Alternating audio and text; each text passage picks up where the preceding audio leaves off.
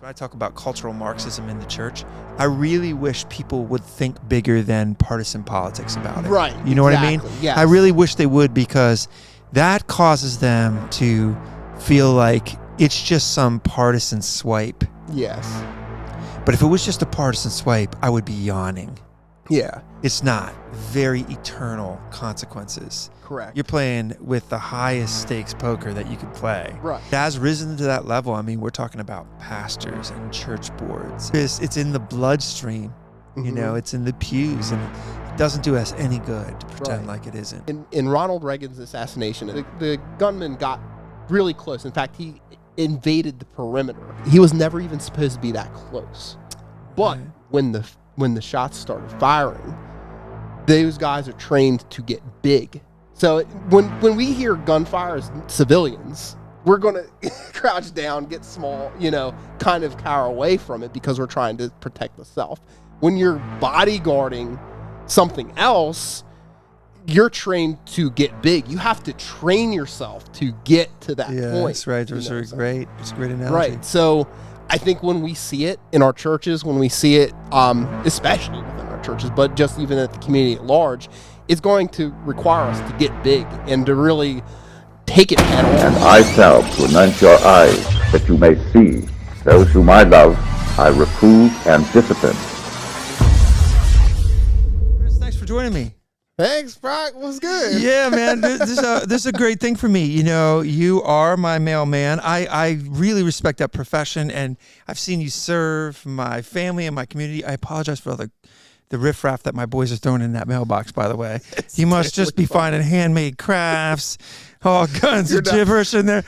But anyway, you came on my attention because of that sort of, but our kids. Just as a side note, my boys are just absolutely in love with your daughter, so we're going to have to work this out eventually. Me and you have like a course. This course is faded. But anyway, man, I really appreciate you sitting down. You have to be the most interesting mailman I've ever met. I'm going to say that. I'll give you that check mark. And then we'll have to get into this. But you and I both being libertarians, the interesting thing about this is I don't often meet libertarians. So you and I can lick our wounds together because we really make no one happy, including ourselves, including fellow libertarians. It's just like the most thankless ideological position that you could ever be. So you are a fascinating character, a mailman, libertarian, really solid man of God, raising a daughter that apparently my boys just think is the bee's knees. Oh. So there you are, Chris, mailman Chris. Thanks for being on the show. Thanks for having me. Yeah, I'm man. excited. So first things first, I have to ask you this. There's that aspect of what you do for a living. We've talked about it a little bit off air. It's interesting because you've illuminated my mind to this, and it reminds me of a couple other professions I've talked to where really you're doing this job, but your mind kind of, for the most part, is your own. Right. And I find that really, really interesting because most jobs you sort of you're being paid because they want your mind, body, and soul. They want all of it for like 8 hours. But in your case, you really do get to feed your mind what you want. And I found that really interesting as I've gotten to know you. Like, you get to read, audibly, but you get to read what accounts for like a novel in a day if you want to. Yes. And it's just a wild profession in that way that you get to, a similar way as a truck driver. I've realized this. They get their own mind. They get their mind. Yeah.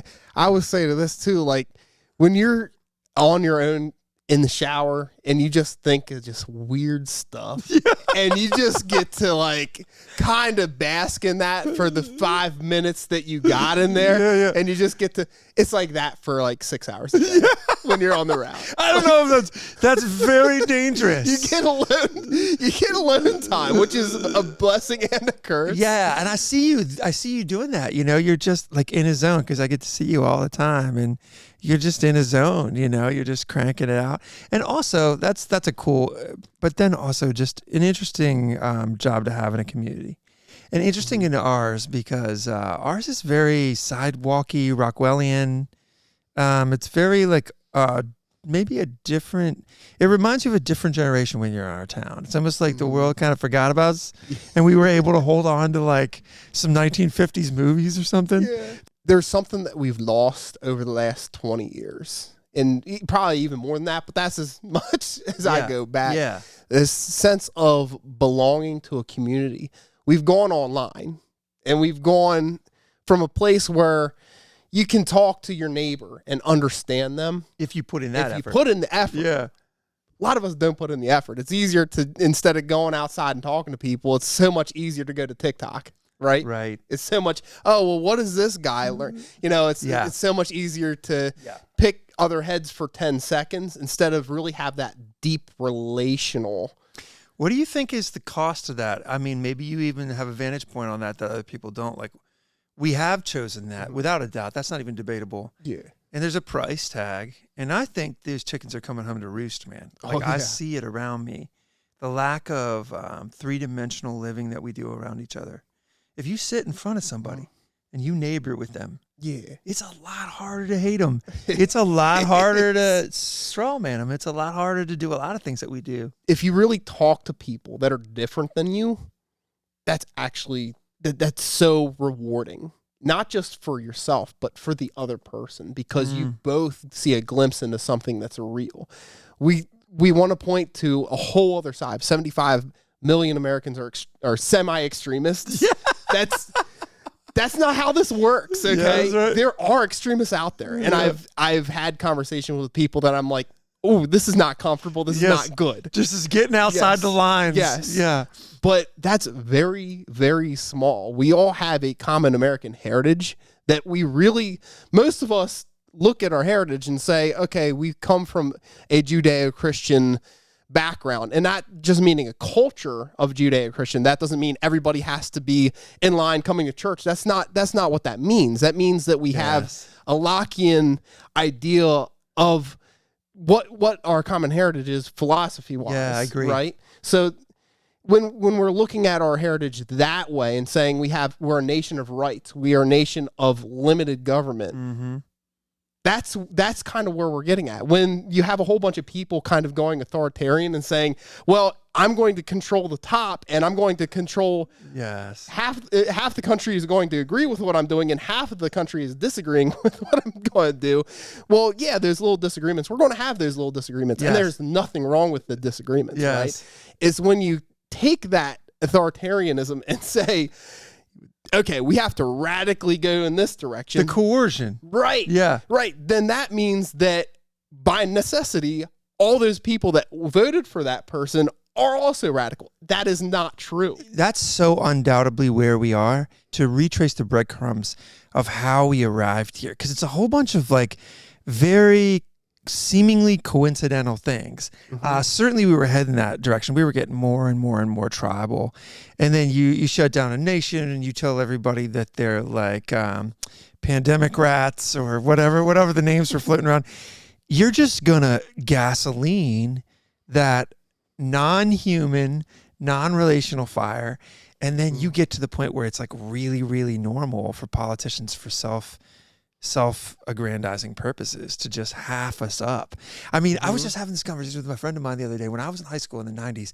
Man, I think that was the absolute watermark of like living indifference. Like meaning I can go through everything from people's like sexuality to their racial backgrounds. So there was still a presence of we're different and stuff, but we just kind of got over the hump of we're going to make a big deal out of this and we're going to like, it was like we had enough windows into everybody's different worlds that we just settled down. And I have a theory about this. That's like, call that late 90s, real early 2000s. I think the powerful saw that. And we're like, this isn't going to work for us. You know what I mean? And if you retrace it, man, boom, it was like racial wedge, gender wedge, class wedge, sexual wedge. I mean, like boom, boom, boom. They hit like dominoes. Like we reached that watermark and then we have lost every bit of that. You'd be running around and you say something absolutely stupid, because we're kids. And somebody would say, you can't say that. You say, I have freedom of speech. I have freedom of speech. I can say what I want. Even as kids, we fundamentally understood it. Yes. It's so true, man. It's like sometimes I'm looking at these things today and I'm thinking it happened so quick that we didn't even have time to digest it. Like we didn't even, like if you talk to an 18-year-old, it's a sad truth, but they've come up in a time when it's very normal to talk about how speech is a threat to you physically. And like these things have really calcified in the bones of a new generation. And when you think about that, that's how quick you got 200 years of building a cultural identity. Yeah. That really has a lot of latitude. And that was hard earned. That was earned with a lot of dialogue, a lot of ideological understanding. Public education used to adhere to that. In just one generation, we have seen all of that sort of natural law stuff and that Judeo-Christian foundational stuff. That's sort of Western banquet. That cream came to the crop of a bunch of Western civilizations, Europe and our founders and stuff. It's just, that's how quick it can slip. It's humbling, and it's really a bummer that it happened when I was an adult, because it kind of feels like it was my job. It's actually an interesting discussion, because I kind of get excited about this in particular, because I think it is up to us. That is the bad news, but the good news is it is up to us, right? So because we seem to be losing the thread, more and more people are like, whoa, we need to do something. You're getting that this. impression. I am absolutely getting that impression. So now that's you're picking that up from actual human conversations you're getting. Yes. That's encouraging. Yes.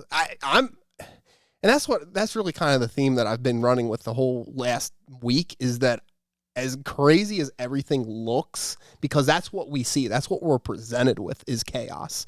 But when you really deep dive into it, people are kind of sick of whatever they're seeing. They kind of like, there's, the mask is kind of ripping. Like your everyday man. Yeah. The more people I talk to, the more it's like, something's really just not right. Like, we do feel split. Everything feels wrong.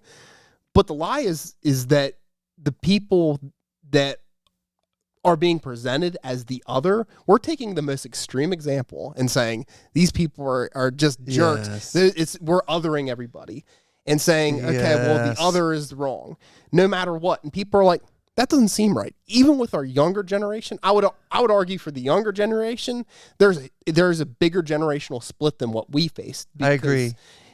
You have some people that are younger that are just like totally flaming out. Yeah. There's no nice way to say it. And then there's like some young people that are just absolutely slaying it out there and just being like, how did you come to this much success in like so little time? It's kind of like a generation of extremes in how they've approached that. Yeah. And I think that in fact is a lot of the reason why you're seeing a lot of the middle class pain that you're seeing with in terms of like jobs like mine, because a lot of the go-getters aren't going to go to jobs where like mailmen, they're going to go into the top of their fields in whatever respective field that they choose. But a lot of the blue class workers, it doesn't seem like there's people that want to fill those jobs. Just an interesting thing. We're both Christian men. Yes. And I have had such a tongue lashing my adult life for having the ideological stance I do. But so I think that's going to be true of all libertarians. Like, I think that's baked into the cake. Do you agree with me? Yeah. But as a Christian man, I find there's like an extra level of like, I can't believe you have this like laissez-faire attitude. Yeah. And that's, I'd love to explore that with you. How do you sit in that ideological universe? For a lot of Christians that I actually share all their moral concerns. Yes. But I don't go as far as to say, I'm going to leverage the state. And that puts me at odds with both present camps. Yes. In the nitty gritty, because I don't think they realize they're both singing that same song. To me. Yes. To me, to a guy like me, I hear the same coercion song coming from both camps, if that makes any sense. It makes absolute sense. How do you sit in that? How have you arrived there? Make me feel less lonely. There's a couple words that I usually preface. As for me and my house, right? It's huge for Christians. And I think we make the mistake sometimes of assuming with culture that we are a Christian culture. We are not the home team. The Bible is explicit about us not being the home team. And that has, by the way, if that was ever in question, yes, maybe it was at one point. Yeah, it certainly isn't now. No. Yeah, right. So it's like we do not look to our politicians as moral leaders. If anything throughout the last 8 years, we just know that this is not a thing. Okay, like we can great. We can respect them as leaders. We fought a war to get away from this sort of thing. Sort of sounds vaguely familiar to me. Yes, yeah, that's a typical libertarian line, right? But this is me having this situation time and time again. We're at a dinner party, but Brock, this is so important in our time. Fill in the blank. I mean, literally fill in the blank. That, unfortunately, we do have to leverage the powers of government to enforce this highly important, highly necessary triage-like situation. And even if it means kicking in somebody's door and making them do something they don't want to do, it's just, unfortunately, we all wish it wasn't that way. Like, these are the kind of scenarios you'll get from people who, I don't even think when they're saying it to me, they realize when they're saying it, they're not hearing what I'm hearing. Yeah. Like I'm hearing, I just can't imagine sitting around and thinking that I am so right that I'm going to enforce this. I don't know when that hit me as absurd, late 20s, and it just stopped being intellectually viable for me. Right. I think, Same. And it was a lot of like, I had some experiences other people don't have. Like I got to actually meet some of these leaders personally, and my job threw me in the path of some powerful people. And I think that'll take the bloom off the rose real quick. right? You know what I mean? Like you stop romanticizing this situation and you're like, it turns out my Uncle Joe is like 1,000 times more competent. You know what I mean? And he's like changing tires for a living. Yes. Anyway, I think that hurried along the ideological place I landed. But still, I take heat from all aspects of people that are just like, they have this urgency about what they want and it just can't wait. You can't win them over with ideas. There has to be like some sort of leverage that we have to like crowbar the situation into. And that's where they lose me. If you can't win with your ideas, how about we argue with feelings? And we see where that goes pretty quickly. Right. Because if they're not going to even pay attention to the idea, you're not going to convince them. And usually when we're arguing politically with people, their ideas aren't changed in a day. It never has happened. No. What I would say to that is, for the past 4 years, let's say you get everything you want. 4 years later, the opposition gets everything they want, because that's how everything flows like a pendulum from side to side. What do you think they're going to do when they get the power back? Yes. They're going to take away everything that you fought for. Instead of doing that, how about you start going and saying the government shouldn't be involved in that whatsoever. Let the people decide. If you want to have the states or local level handle issues of morality, that makes I agree. Makes some sense. Why have the federal government talk about all these? That it bothers me a little bit when we're. And I've always said to my friends, just that think I'm just the most callous person or whatever. I'm always like, just imagine a Poindexter-like guy who basically had 2 lawyers for parents. And, his parents like bribed his way into Ivy League school. That's a dude sitting on that city in the East Coast. Does he know anything about your grandmother? I mean, like, go through the list. Does he know anything about these nuanced situations that make up your life? But you're super hasty to turn over detailed decisions about how you navigate your day and your life. Makes a lot more sense if you're mayor. Yeah. Or you're like local representative. He's got skin in the game, man. He knows. Absolutely. And it's a tough sell. I've never understood why. Right. It's a tough sell. It's almost as if K through 12 has like beat that idea out of them as even like allowed to be said. But to me, I'm just like, think again, pull back all that stuff and just think, leave all your team stuff beside you, and you get this treasure trove of ideological things that are so dear to you, they make up your identity. Yeah. I'm like, just for 5 seconds, just think like as a person. Just actually makes a little bit of sense. Yeah.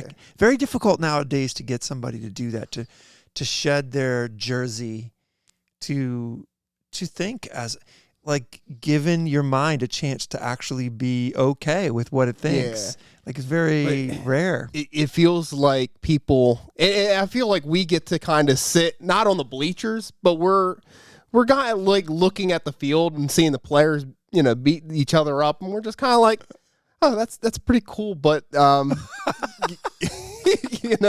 like the ref should have blew his whistle already. Everything's just out of control. We're just like, this is fine. Libertarians, the problem with libertarians though is because every libertarian friend I have is so laissez-faire. Yeah. That there can't be any real organization to that, and they don't really have any. I think they got great ideas. I mean, their ideas are very, very appealing to me. But like the Libertarian Party and stuff, it's just always been like, you guys aren't even trying. I think they should just stick to like publishing, podcasting, laboratory of the mind type stuff. Right. Like that's almost what they're good at. Like the Libertarian is just like a walking think tank. Yeah. Their very nature is to resist any kind of organizational status. Yeah. And so, I mean, and that's what I actually like about them. Yes. But if you try to leverage that in any kind of like, if you try to sharpen the pencil of that in any way, it's sort of a fool's errand. And we have to your be, experience? Yes, and we have to be honest. Our candidates are just. 2016 was one of my favorite nights of all time. Is that right? Because I had hate messages from both sides. I know. You should have voted for my candidate, and here's why. Right. And just, I was like, guys, it doesn't matter. Then Lebanon County was the last county to flip in the whole state. I'm sitting there crying, laughing at all the people that are just so upset. Finally mattered, and this is what you did. My sister-in-law sent me a SpongeBob meme saying it's a race, Gary. And I gotta admit, like when I saw that Lebanon County was the linchpin, it did take some wind out of my sails, man. That took a little wind out of my sails with my like friendships and my relationships. They were like, all that crap you said to me turns out none of that's true. Yeah. All that to say, I have an interesting question for you though. What do you say to the Christian man who comes and says, no, we are called to get our hands dirty in this mess, you know what I mean? Mm-hmm. And what guys like you and me are doing is we're like being accused of, like, we don't have apathy for the believer is not afforded to us. Mm-hmm. And I don't personally think that's an accurate way to describe the libertarian, right. But I'm playing devil's advocate.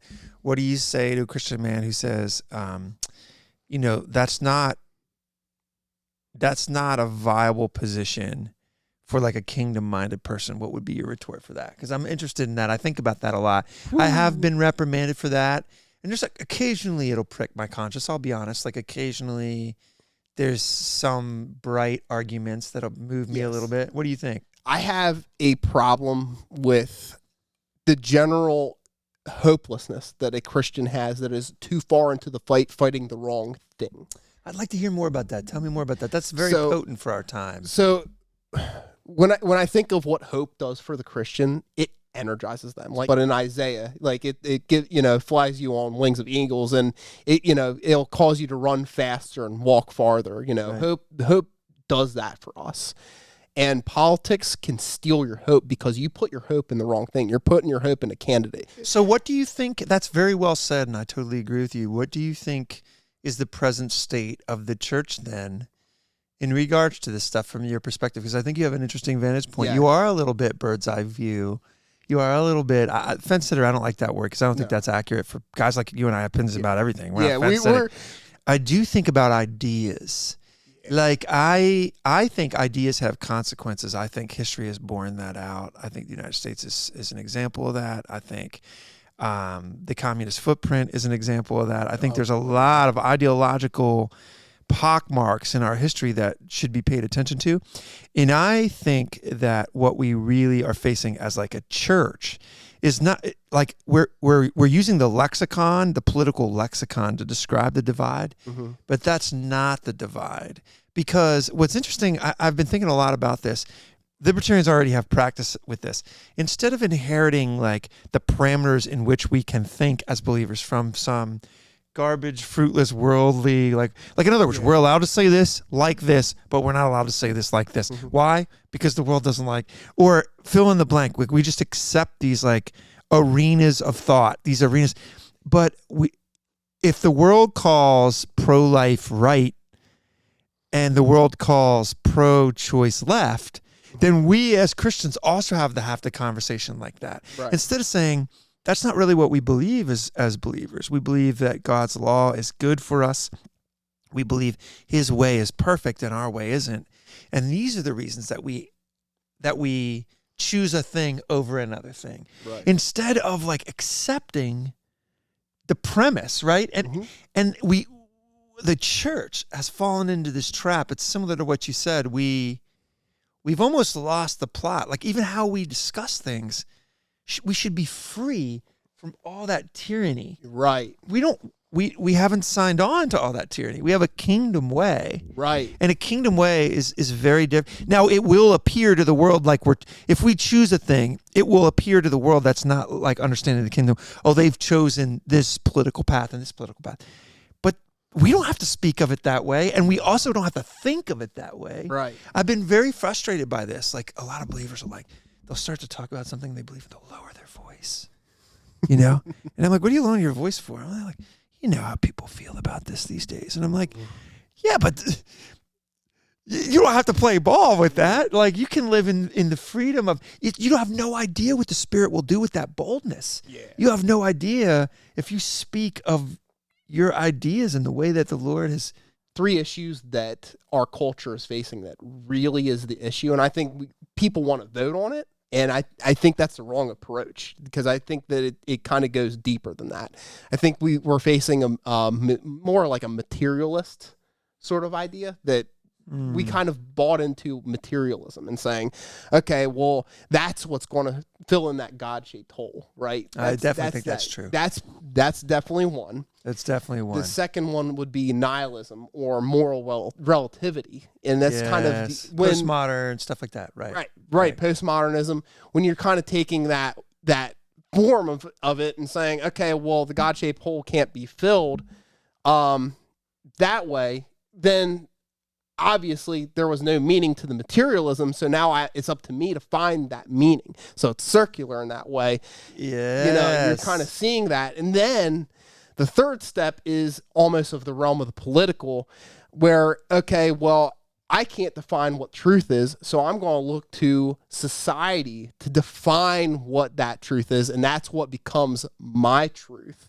And it's all circular. Yes. Materialism is what pulls us out of that and away from God initially. And then it goes into more, that. You feel the empty calories of that. Yes. Yes. And you get on this like merry-go-round of like calorieless eating. Yes. Yes. That's a great way to describe it. That is right. Yeah, and I think that you see that manifest in the political, because you have more of this neo-Marxist wokeism. Yes. That has emerged out of that. Which is almost becoming like it's like a way to be moral without any of the responsibility on your personhood. It's a religion. Yeah, it's a religion, but I've noticed the appeal to it. And this is coming from real conversations, like getting in and doing the awkward kind of Gen Xer kind of talking. There's this thing where there has been discovered an emptiness at the end of materialism. Right. They've recognized real corruption. There's a lot of like seeds in this garden that are coming from like real things. Right. But then in order to engage that, that's a lot of hard work. And that's a lot of like that's a lot of ideological work, like in your mind to understand the world. It's a lot of like, am I gonna volunteer at a soup kitchen to like turn this around? Am I gonna roll up my sleeves and go to the third world and like make these things better? Yeah. No, I'm going to sign my name to this. Yes. And I'm going to wash my hands of, there's a real draw to that recently. There's like this feigning morality that's within it. Yeah. I'm sure it's existed in a different way in history in the past. Like I think of like the French Revolution and different things like this, where you emptied all the human godless ways of filling yourself up, and it just turns into this like ravenous, bloody claw and tooth, like just horrible faux morality that just eats itself. And we're kind of there. Any step in that process, all you need to do is look at Jesus and say, okay, Jesus is the way, the truth, and the life. Yeah.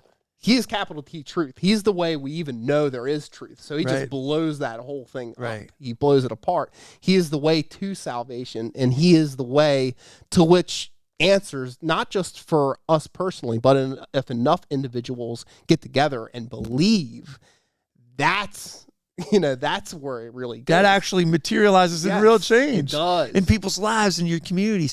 And somehow it's become not enough for a lot of believers. And they'll be like, yeah, but there's this racial injustice. Yeah, but there's this, as if what you just said doesn't address any of that. But it does. Any kind of healing in that regard, that's the only, you got to go through that. Everything else is going to end in like a weird, you are God vortex. Right. That's where so many people find themselves. The easiest way to answer that is to say, as Jesus said, it is written. Go right back to scriptures. In Christ there is no east and west. And then you go back to the story about Jesus and the woman at the well, and saying those were two different, those societies were split in that story. Very much so. So there's there's biblical basis for all of this. In fact, even dealing with the culture, we have a great story in Daniel, at the beginning of Daniel. Yes. Right? Yes. It's like, okay, well, I have Jesus along with me. I'm willing to go to a secular job with Jesus. I'm willing to participate in society, but I'm not going to bow to that thing over there. All right? Right. And I'm going to accept the consequences for this. Yes. We're trying to solve problems with these like fool's goldy ways. Yes. And I do have a decent amount of trouble convincing my brothers and sisters in Christ that they have the answer all along. Like when I look at the world's solutions, I just see such a train wreck that the allure is gone from me. And that has really driven me back to the word, really driven me back to these things that are very humble. I don't have answers for this, but I believe in someone who does. What's the best way to evangelicalize people in this day and age, in 2022? It's not to act like the world. The church wants to act materialistic. The church wants to act like truth does. We can kind of squeeze in our personal truth here, a little bit here and there. And then we're shocked when people don't show up because they're getting the same message out there than we're getting in here. Yes. If we're truly the away team on the football field, we're not going to act like we're on the other team. We're not going to line up with them. We're going to line up with Christ. There does seem to be an unwillingness to make that contrast. Yeah. Right. And I'm stabbing in the dark as to why. Is it like fear of man? Is it fear of getting canceled? Is it or is it like I've noticed this, sometimes it's as innocent as I don't like to deal with awkwardness. I run into this a lot. Yeah. Like in other words, if you dig a little bit, they're with you. Yeah. But they're like, I just can't handle like having awkwardness in my relationships. And like we're almost like a culture that is allergic to anything awkward. When I look at the Laodicean church though, and it says they don't even know that they're poor. They don't even know that they, that there's a blindness, a veil. Yeah, the blindness, because I know, back with that specific church, they in that community, they had wealth, they had, they prestige, had prestige, they had everything, in that regard. And it's like, no, you don't. You don't even see that you are poor. You don't even see that you're blind. It says that specifically. I really think if that's where we're at, that's most of it. I agree. It's because the things that we value and think are wealthy are actually gutting us. Oh yeah. And it's again, we return as believers to a kingdom mindset, which is things are not as they seem. Right. I had this person tell me something recently that struck me as so potent. He goes, if you go to any person, Christian or non-Christian, on the street, and you say to them, you have broken the laws of man and you are a criminal. Mm-hmm. They are going to freak out on you. Like, I am not a criminal. I am not. I am not a criminal citizen. Right? They're not going to take that lying down. But if you go to that same person and you say you have broken the laws of God, God's law, and you have offended him, they're going to be okay. They're not going to really be that ruffled. I think at the very root of it, that's the question. Is like, who do we fear? Who are we loyal to? And who are we willing to sacrifice to follow? Do you want to be your own God? These questions are staring us right in the mirror in the modern church. Maybe an interesting way to look at the churches in Revelation is to think that there are Philadelphia churches and Laodicean churches in every church. Great Christians and Christians that love the world. I see the believer who is just completely in it. Yeah. In all these environments. I almost wonder if it's an interesting way to take that macro thing and take it right into the heart and be like, am I Philadelphia? Am I Laodicea? You get like 100 Christians that are Philadelphia and you are going to burn hot. Yeah. I mean, you are going to do some amazing things. But you get 800 Christians that are like 3/4 this, 3/4 that. Yeah. They're going to be a real awkward biting at each other's tail. Yeah. And I think there is a real hunger for Christ, and there's a real hunger for truth in America right now, and they just feel powerless. You know what I'm saying? Like they feel like The lost feel powerless. well, The Christians feel powerless. Explain that. Elaborate on that. Yes, and it kind of goes back to what I was saying with the defeatist Christian and saying, well, if the culture is going so far to this side that we can't, like, how do I combat that as an individual? You know what I'm saying? That's definitely what people are feeling. That's definitely it. So what do you say to that? I love using football analogies, and I know I'm overusing it. No, it's okay. But it's like, if we're not getting our fundamentals right, And we're not. and we are not doing it in the Western church. We are not. But see, a lot of the men, like you and me, we're seeing that. We're like, something's wrong here. We got to fix this. And we're starting to really look at the problem for what it is. And we could say, all right, let's get together and start really figuring this out. Like, conversations like this help. Yeah, they do, and that's what I really love about doing this podcast. Is I want people to know they're not alone in these thoughts. And you were kind of saying we're being lied to by way of even what our neighbors are even thinking, and I think that's really true. And we might similarly say we might have a misunderstanding of where our fellow believers are too, right, with their hunger and thirst for this stuff. Yeah. I'm really passionate about this because the Lord set this in my heart. Churches have got to go after these men. Yes. And here's why I say that. Everybody wants to like paint that. You say that and everybody gets all prickly now because the world defines that a certain way. But I'm saying this. If you get your men, you get everything. Right. For all the politics and all the posturing and all the toxic masculinity and everything else you can hurl into the conversation, you show me a person that doesn't want to live in a town with righteous men. Yeah. I think we need to dedicate ourselves to this more.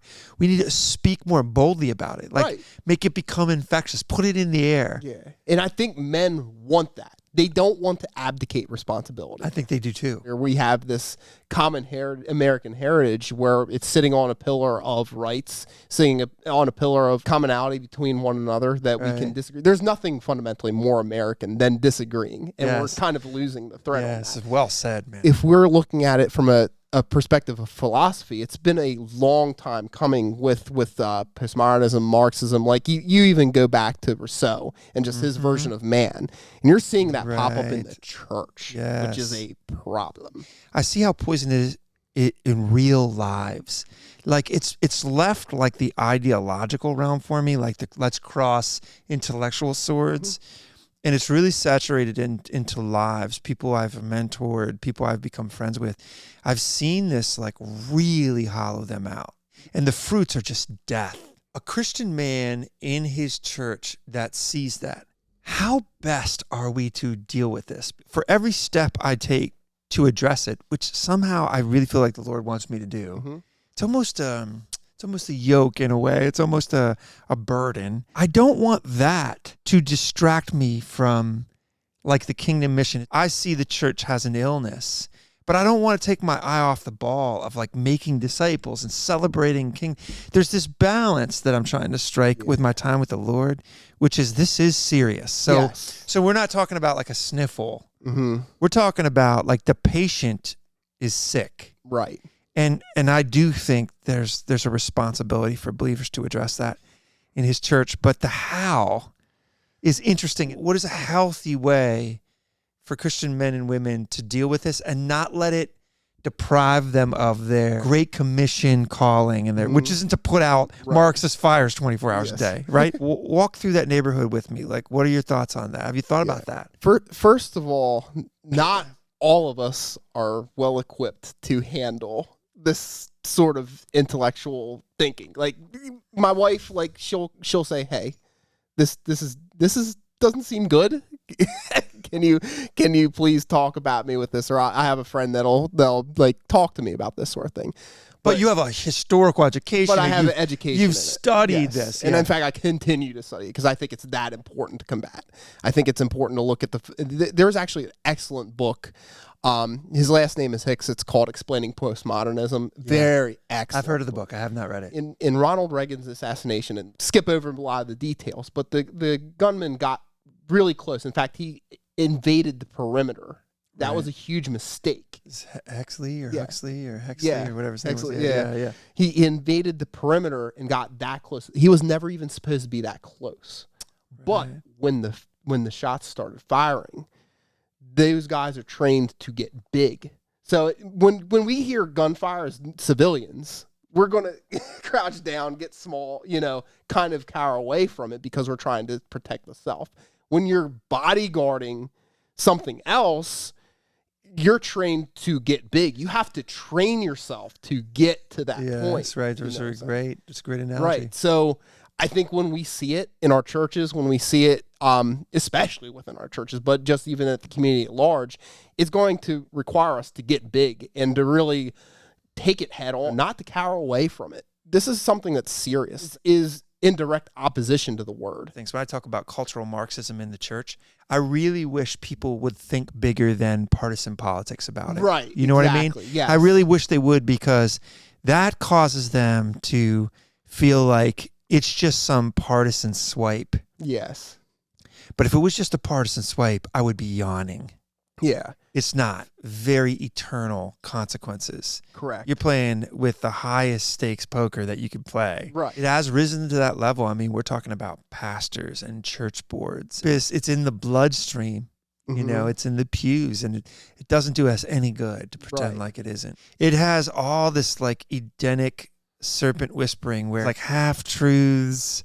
It camouflages itself up in things that are real, but it omits certain things, like completely reworking the word of God as like a custom suit around their sort of Johnny-come-lately ideology, to where you can't even cite the word. Right. Exactly. That really, like those beliefs do actually attack the fundamental structure of the United States. It really does. Like those are extreme beliefs. Yes. And I do want to reiterate that. It's not just the church. Like this is, and that's where it goes to the political. And that's why a lot of people think, oh, well, I have to defeat this politically.